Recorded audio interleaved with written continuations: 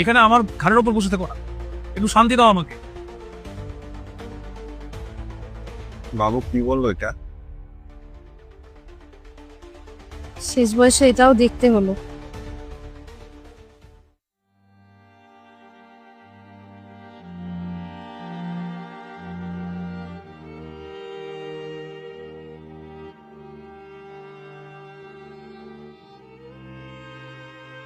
কি গো, কি হয়েছে তোমার? তুমি এরকম ভাবে চোখ মুখটা করে রেখেছো, তোমার কি শরীর খারাপ লাগছে নাকি? কিছু বলছো না কেন, বলো। বস বলেছে কাল থেকে আর চাকরিতে যেতে না। বুঝতে পারছি না আমি কি করব। শেয়ার মার্কেটে যেখানে আমার এত টাকা লেগেছিল সেটাও ডুবে গেছে। আমি কি করব, আমি কিচ্ছু বুঝতে পারছি না গো। হট করে নোটিশ না দিয়ে এরকম ভাবে কিভাবে বের করে দিতে পারে অফিস থেকে? আর তার উপরে শেয়ার মার্কেটের টাকাটাও।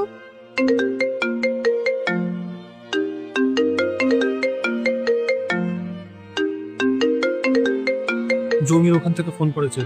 ফোনটা ধরো। হ্যালো, মানে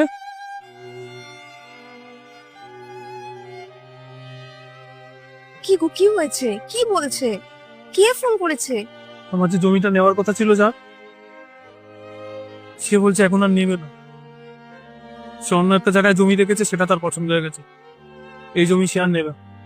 এই কদিন আগেই তো এই বাড়িতে কত খুশি ছিল, কত আনন্দ এসেছিল একসাথে। ভগবান এরকম ভাবে সব একসাথে কেড়ে নিল আবার। এরকম করতে পারলো ভগবান আমার সাথে? আমি কি এমন করেছি? কি এমন করেছো? কি করোনি তুমি? কখনো নিজের অন্তরাত্মাকে একবার জিজ্ঞেস করে দেখো যে কি বড় পাপ কাজ তুমি করেছো।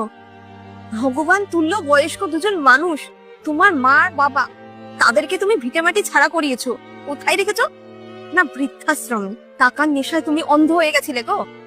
ধরাকে সরা জ্ঞান তুমি করছিলে না।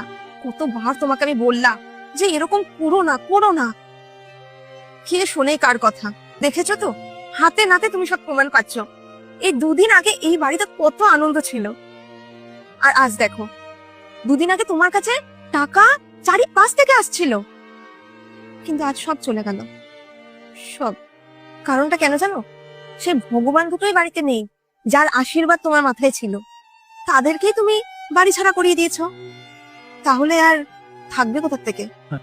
আমি একটা কথা বলবো, যদি শোনো, এখনো তোমার কাছে সময় আছে। মানুষ দুটোকে নিয়ে আসো গো বাড়িতে।